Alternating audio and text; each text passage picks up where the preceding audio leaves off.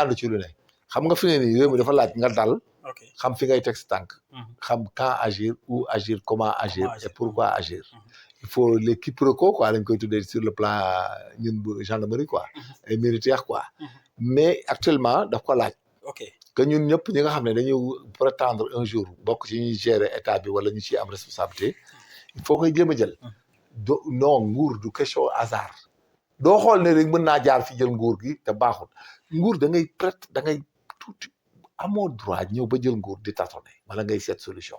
ok parce que daa mel ni. non nguur da ngay non nguur boo koy conquérir. amul domaine booy bàyyi parce que ce qui est plus important dans un pays c'est la sécurité. et là-bas tu fourres tout. La sécurité, tu mets tout là-dedans. Les gendarmeries, police, armée, tout ça, c'est la même chose.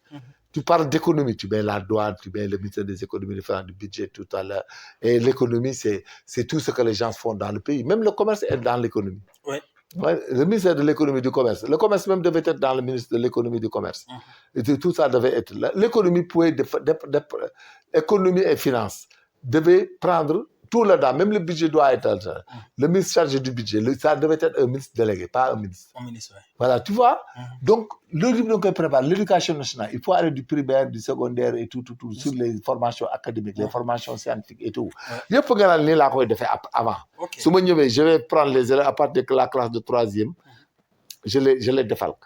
Pourquoi pas un élève médecin peut commencer en classe de 3e? Pourquoi il va commencer? Tu sais pourquoi? Il va faire 10 ans d'études et il gagne les 3 ans qu'il ferait là-bas, au niveau infirmier d'État. Tu le formes dans les domaines de la science, dans les domaines de labo, dans l'anatomie, dans la prophylaxie, et ainsi de suite. Si tu es président, tu vas calculer. Tu vas calculer, mais président, tu vas mais à mon plan pour lui, c'est très dangereux. Ce qu'on appelle un projet, un objectif, c'est le choix d'un objectif. Un objectif pour moi, donc, il faut qu'il soit smart. Et que cela veut dire smart, c'est spécifique, mesurable, atteignable, réalisable à terme. C'est ce qu'on appelle la taxonomie de Bloom. Même quand tu formes des élèves, il y a les objectifs généraux et les objectifs spécifiques. Voilà, c'est tout ça. Que l'apprenant, et si c'est un apprenant, tu utilises la pédagogie. Si c'est un adulte, tu fais l'andragogie. Quand tu enseignes. Parce que nous, on était des chefs de curriculum dans le système de l'enseignement pour enseigner. Donc voilà que c'est comme ça. Il faut qu'on ait ce talent. Ce talent-là, si tu ne la sors pas, Trump, c'est pas un intellectuel au sens étymologique du terme. Parce que l'intellectuel, ce n'est pas quelqu'un qui passe par l'université haute. Ce n'est pas ça. L'intellectuel, c'est quelqu'un dont l'intelligence est capable, lui permet de faire une approche de résolution d'un problème, de résoudre des problèmes et de prévoir des problèmes, ce qu'on appelle la proactivité. Parce qu'un État ne doit pas avoir à agir, un État doit réagir. C'est ça qui est bon. Mais voilà que Trump, quand il est venu en une journée, il a signé 20 décrets et tout est porteur. Ah oui, monsieur.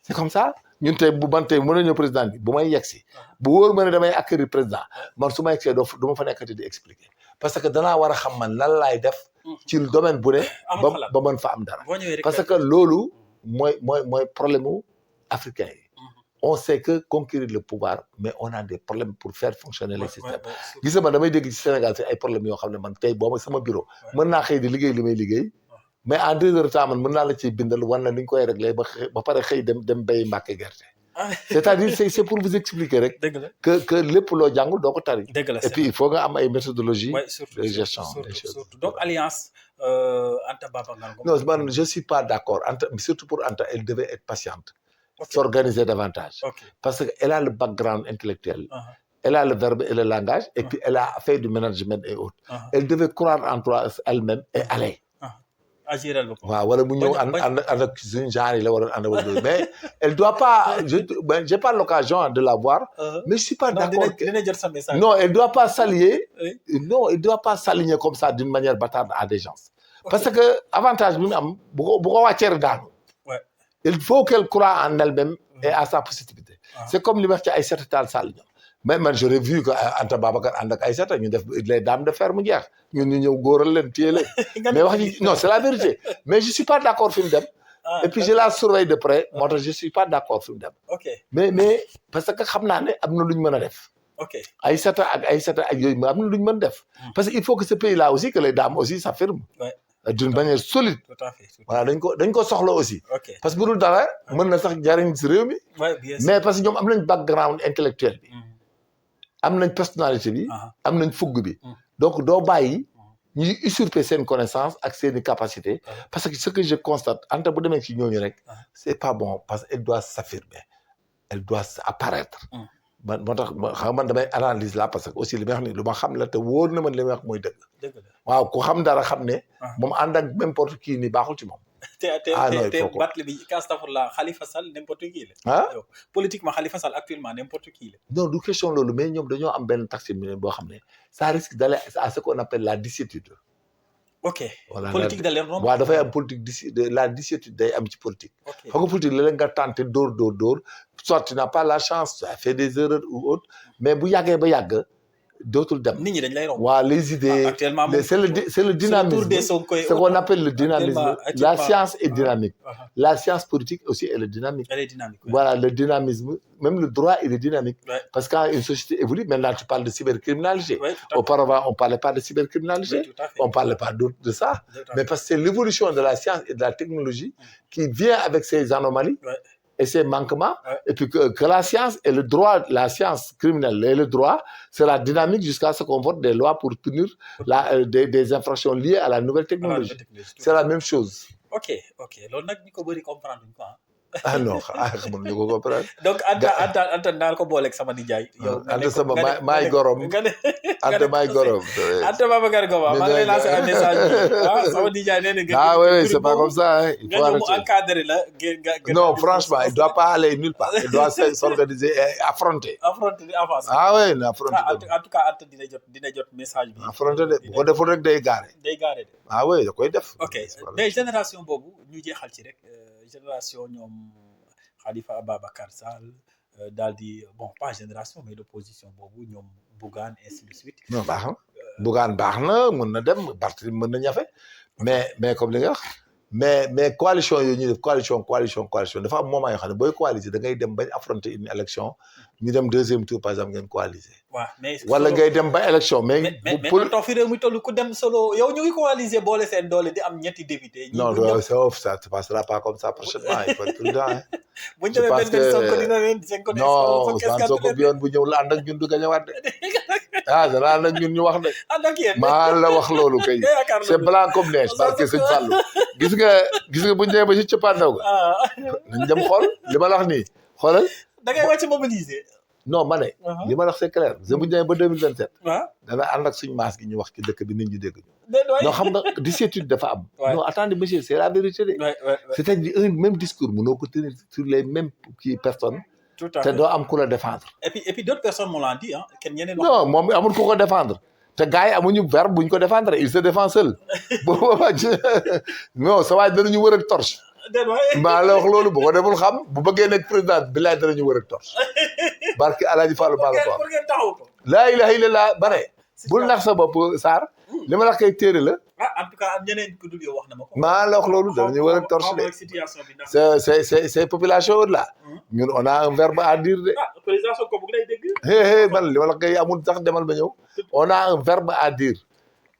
parce que déjà ñi koy waxal ay teesante rek du wax. moom rek moo ci am intelligence boo xam ne day wax lu taxaw. ok mais boo di wax di argument mais loolu aussi booy wax di waxaat bu yàggee. dañu lay laaj li nga wax anamu. boo amul kenn ku la waxal li nga mën a wax da nga seeti ñu ko mën. waaw ñi nga xam ne ñun ñooy convaincre ëllëg dëkk bi wax leen loo xam ne ñoom mën nañ cee wéer nalaw di ko xaar. ñun ñii la. ok te bu heure bi jotee. mais on va voir kan may wax gars yi dégg. président Ousmane Sonko. ah non bàyyi ko non c'est-à-dire je vous parle de politique et de géopolitique et de stratégie politique et de psychologie politique. c'est-à-dire ñun li ñuy wax xam nañ ne nit ñi xam nañ ne li ñuy wax noonu la baax na te mën na nekk. les gens vont nous écouter parce que on va monter crescendo. maintenant nag ñun l'intérêt supérieur du pays moo ñu intéressé. mais si on voit quelque chose de bon et qui peut le faire et autres mais on adhère. mais dans le cas d'espèce dañuy téye suñu bopp. te dana am guddi yoo xam ne ñun bu ñu waxul. day métti mais dana métti de am na guddi yoo xam ne. kon yaa ngi koy dégg bu baax a baax le président ou bien le PM Ousmane Sonko. non c'est clair danañ wax ne ñun danañ wax bëccëg. en tout cas de toute façon je vous suggère yéen mag yu baax yi nga xam ne am ngeen parcours. am lu bëri loo leen def ci réew mi am lu bëri loo leen xam comme ni nga def di ko baaxee aussi nit ñi xel boobu également vraiment kenn ku nekk que ce soit dans l'opposition au parti au pouvoir loolu pour man benn opposition la ñu am aujourd'hui benn guerre la ñu am mooy la pauvreté nan nañu def ba sachet ku génnee ko réew mi donc le fait que ngay génnee xel bu rafet bi di ko baaxee nit ñi loolu aussi am na solo bu baax a baax mais état bi aussi li Idrissa Seck waxoon Macky Sall Thiès ne ko il faut dilater ta poitrine mais gouvernement bi également nañ dilater seeni poitrine accepter ñëpp xam ne réew mi bu baaxee kat ñun ñëpp la baaxal mais bu bonee également ñun ñëpp la bonal donc képp koo xam ne gis nañ ko te mën na jëriñ réew mi mun na également indi ay suggestions yoo xam ne buñ ko jëfee kat dina jëmale réew mi kanam donc buñ ci am benn demi mesure mën nañ ko nommer nit ki mais di consulter nit ñi parce que nag kenn ku nekk la nga xam yow yaa ko xam mais la keneen xam également moom moo ko xam te suñu xam-xam yëpp buñ ko dajalee mën na jëriñ réew mi là également je pense que c'est extrêmement important pour le pays actuellement donc Major lan ngay tàggatoo affaire bi neex na lool mënuñ ko dagg mais xaw rek loolu ñuy tàggatoo bu say la politique c'est de l'intelligence axée sur la métaphysique de l'état des lieux c'est-à-dire la métaphysique. C'est ce qu'on appelle la métaphysique, c'est ce qui algorithme les personnes dans leur intelligence, dans leur marche, dans tout. C'est l'algorithme qui fait qu'il y a des criminels nés, des criminels occasionnels, il y a des femmes qui se comportent mal sur les plans meurtres, il y a des hommes qui détournent, il y a des hommes qui apprennent bien, il y a tout quoi. Mais c'est ce qu'on appelle la métaphysique. Ça algorithme les gens et que chacun fait une option de conduite de vie.